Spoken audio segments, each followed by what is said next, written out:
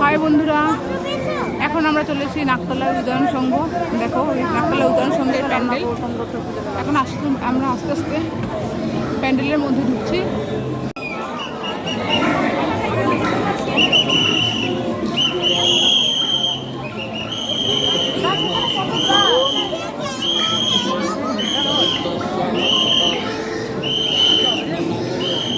দেখো কত সুন্দর, প্রত্যেকটা গোত্র দিয়ে করেছে এখানে। আর এগুলো হচ্ছে যে প্লাস্টিক, এর মধ্যে জল আছে। খুব সুন্দর হয়েছে নাকতলা উদয়ন সংঘের প্যান্ডেলটা, দেখুন।